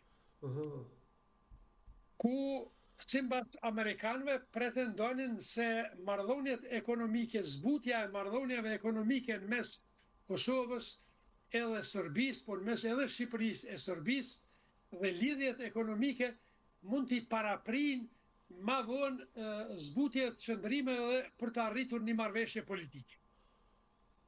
Ky ka qenë baza, elementi kryesor i marrëveshjes së Washingtonit, në cilën qeveria Kurti me ardhin pushtet e eliminoi e hoq plotësisht nga tavolina.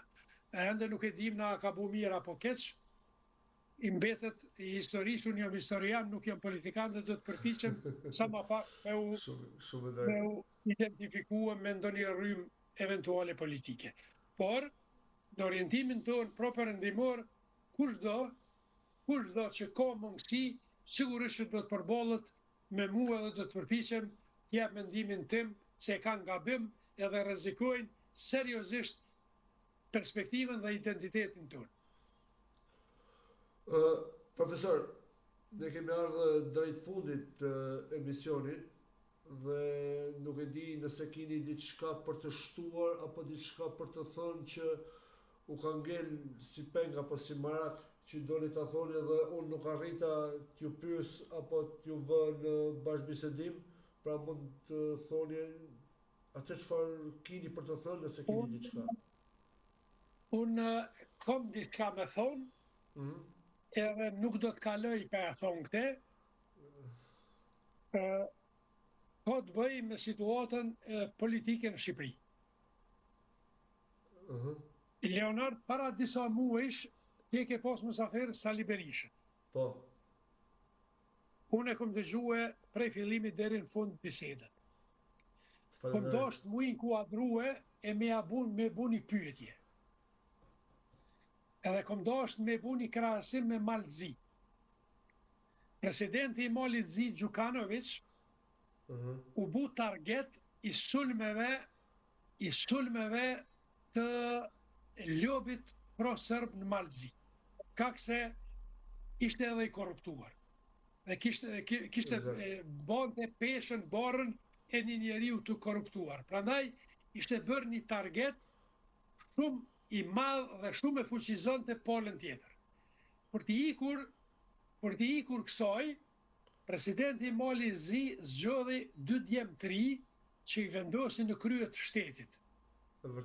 E njërin kryeministër, e tjetërin president, e vetë vendosin mu tërhiq, po me qëndrue prapa shpinës tyne. Unë atëherë kom dash me pyet Berishën që a ka mundësi të tërhiqet dhe të vendos djemtri që ka Shqipëria të shkolluar mjaftueshëm të djathtës shqiptare që mos t'jenë target eventual i sulmeve të këtyre të majve dhe spoku në Shqipëri të krijohet një balans e forcave politike, nuk po them me marr pushtetin, kjo është çështje e popullit shqiptar, por të krijohet një balans e barabartë në mes të djathtës dhe të majtës. Por profesor, por ne shqiptarët kemi pak problem të rreshën.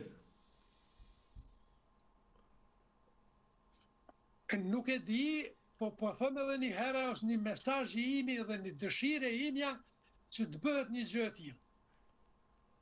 Më falni që po përzina pak, në një teren të cilin me thonë drejtën edhe nuk e njoh as mirë dhe nuk kam guxim me hyrë thellë, por kështu sipërfaqësisht si mendim, unë mendoj se do të ishte mirë dhe do të kontribonte në balancimin e forcave. Sipas kontakteve të mia të fundit që kam patur me doktor Berishën, ka mundësi që brenda shumë pak ditëve do e kemi edhe atë në një bisedë në emision, dhe unë patjetër që do ja përcjell edhe këtë shqetësim në formë pyetje që ju bëni sepse është e drejtë, por do të kuptojmë diçka profesor, që ne shqiptarët kemi një problem shumë të madh për mendimin tim, sepse unë shikoj edhe nga fusha e sociologjisë, nga fusha sociale, që ne e kemi të vështirë të jemi ushtarë, në ose general ose ndryshe nuk bën. Pra e kemi edhe shumë të vështirë ne të lëshojmë krah, të tërhiqemi, të japim mundësi të tjerëve, kur po thoni ju për të rinj, sepse ne kemi Sali Berishën që 35 vjet, pra sot kemi të rinj shqiptar që kanë lindur kur ka Berisha në pushtet dhe janë bërë prindër po me Berishën në televizor, kemi të rinj shqiptar që kanë lindur me Berishën kryeministër dhe sot janë të rinj dhe adoleshent dhe sërish kanë Berishën në televizor, po e njëjta gjë është edhe me Edi Ramën, që kemi rreth 27 vite në pushtet, pra që në vitin 1998 që ishte Ministër Kulture. Pra, ne kemi të njëjtën elitë 35 vjeçare. Dhe vërtet kjo ndoshta është një problem shumë i madh social dhe politik që ne shqiptarët po vuajmë mes vetes dhe jemi gjithnjë duke u zvogluar si shtet, si popull, sepse është në mas ikja, largimi nga vendi dhe pikërisht është edhe kjo ndoshta që ndikon duke mos patur shpresë për ndryshim elitash, por kemi të njëjtën elitë vazhdimisht.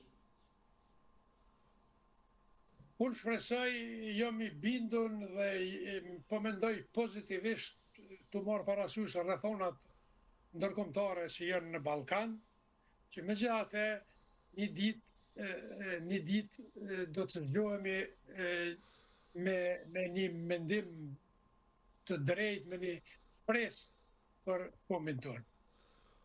Profesor, unë të jam mirënjohës që më nderove sot në emision, që më dhe mundësinë të komunikosh me mua dhe me audiencën tonë, dhe sinqerisht është nder për radion tonë të kemi një person si puna juaj që e jepni faktin sa më të drejtë dhe sa më të thjeshtë dhe sa më të kuptueshëm nga të gjithë ne. Dhe shpresoj që mos të jesh mërzitur me mua, por të kem edhe herë të tjera.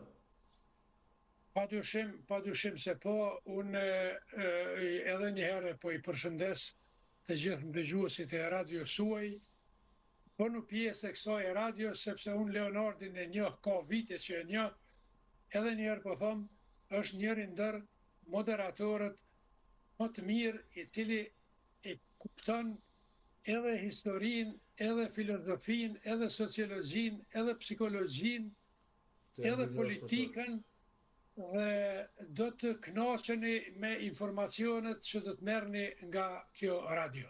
Ndërsa unë, për atë sa ka mundësi dhe për atë sa di, sepse ka vite që 31 vite u jetojnë perëndim, punoj krejt një punë tjetër diçka, po megjithatë me gjithë dëshirë do të jem pjesë e radios suaj dhe ndoshta herave tjera do të keni mundësi teknike që të lidhemi bashkë edhe me ndëgjuesit e juaj dhe të bëjmë një lloj debati konstruktiv, demokratik në studion e juaj. Patjetër profesor, sepse ne jemi, me fjalë, kemi deti ku mirë, por na mungojnë disa gjëra teknike sepse jemi në hapat tonë të parë dhe po përpiqemi që të realizohemi sa më mirë, që të ndërtojmë diçka sa më profesionale. Dhe shpresoj që brenda shumë pak ditësh do jetë çdo gjë e kompletuar dhe me ju që ju kam këtu afër apo edhe me të tjerë që jetojnë këtu rreth se përqark nesh këtu në Gjermani, me fjalë, do krijojmë mundësinë që të jemi në studio dhe të kemi edhe kontakte me dëgjues apo edhe me formë debati, analizë me njerëz të politikës apo të fushave të tjera që të ndërtojmë një media serioze, pa censur, ku të ketë të drejtën e fjalës çdo kush dhe mos i ndërpritet fjala askuj. Unë jam përpjekje të ngrej të radio për të dhënë zë atij që s'ka zë, sepse na kanë mbytur ato mediat tradicionale, të njëjtat debate, të njëjtat programacione dhe ne duam të jemi sa më të thjeshtë për njerëzit e thjeshtë. Edhe të kontrolluara, ne nuk kanë mundësinë perëndim me na kontrollua sepse me ta aspektin financiar ne nuk mbaremi prej tyne, prandaj padyshim se kemi mundësi reale të më të mëdha me qenë si media të pambarura. Patjetër. Mirënjohje profesor, shumë faleminderit. Natën e mirë, përshëndetje edhe një herë për të gjithë ndëgjuesit e juaj. Natën e mirë, faleminderit. Atëherë, të nderuar dëgjues, ky ishte emisioni për sonte me profesorin Nusret Dervisholli, pra me historianin, ku u përpoqem të diskutojmë dhe të flasim për dy ngjarjet kryesore të popullit tonë, që mbas kohës së Skënderbeut, siç ishte Kongresi i Manastirit, ku dje mbushi 117 vjet unifikimi i alfabetit shqip. Është ky alfabet që ne përdorim përdita, ku poet, shkrimtar, historian, politik, sociologji për gjitha fushat është shkruajnë dhe është krenari të shkruash dhe të njohësh gjuhën shqipe. Ne ju përulemi dëshmërisht atyre burrave të mençur të asaj kohe që ne na dhuruan këtë alfabet. Po ashtu me profesorin do përpoqem të cekim pak edhe javën me që jemi në javën e shpalljes së pavarësisë, folëm pak edhe për rrethana, se si erdhëm tek shpallja e pavarësisë, kush ishin problematikat, kush ishin sfidat, kush ishin ato debatet apo bryllat e asaj kohe, se do të kemi parasysh që janë 113 vite, pra më shumë se një shekull më përpara dhe nuk ka qenë ky zhvillim teknologjik apo këto zhvillime ekonomike që ne jemi mësuar të kemi sot, pra duke patur parasysh vështirësitë e kohës. Dhe me profesorin u munduam të kuptojmë diçka për këtyre vështirësive dhe për këtyre problemeve që ato burra dhe ato gra të asaj kohe kanë arritur me mençurinë e tyre të na japin dhe të na dhurojnë Shqipërinë tonë, kombin tonë, pra kur them Shqipërinë, them për gjitha troja shqiptare, pra qoftë Shqipëria, Dardania, qoftë shqiptarët e Malit Zi, trojet tona atje, apo dhe trojet tona në Maqedoninë e Veriut apo në Iliridën tonë, si duhet ta themi në Shqip. Të nderuar miq, unë ju falenderoj përzemërsisht për kohën tuaj dhe për durimin tuaj që ishit në emision me mua. Ju mund të ndiqni Window Radio, pra sikur e kemi deklaruar vazhdimisht në website-in e saj zyrtar windowradio.de. Aty mund të dëgjoni radio, muzikë 24 në 7, po në këtë website do keni edhe informacionet e fundit, lajmet e fundit, apo qoftë edhe art, kulturë, etj. Kurse për ata që duan ta ndjekin pak më lehtë, pa u lodhur shumë, mund të shkarkojnë aplikacionin Radio Box ose aplikacionin Radio Shqip dhe aty keni edhe Window Radio ku mund të dëgjoni muzikën apo edhe emisionet tona live. Kurse për të gjithë ata që kanë humbur emisionet tona të më përparshme, apo duhet të ndjekin këtë emisionin e sotshëm, si dhe çdo emision që do jetë në Window Radio, mund të shkojnë në YouTube dhe të shkruajnë Horizont Window Radio Day. Dhe aty do shfaqen të gjitha emisionet tona që ne kemi realizuar dhe mund t'i ndiqni sipas dëshirës tuaj. Duke ju falenderuar edhe një herë për vëmendjen tuaj, duke uruar një javë të këndshme dhe të mbar, ne këtu e mbyllim për sonte dhe natën e mirë dhe ju përqafoj të gjithëve përzemërsisht.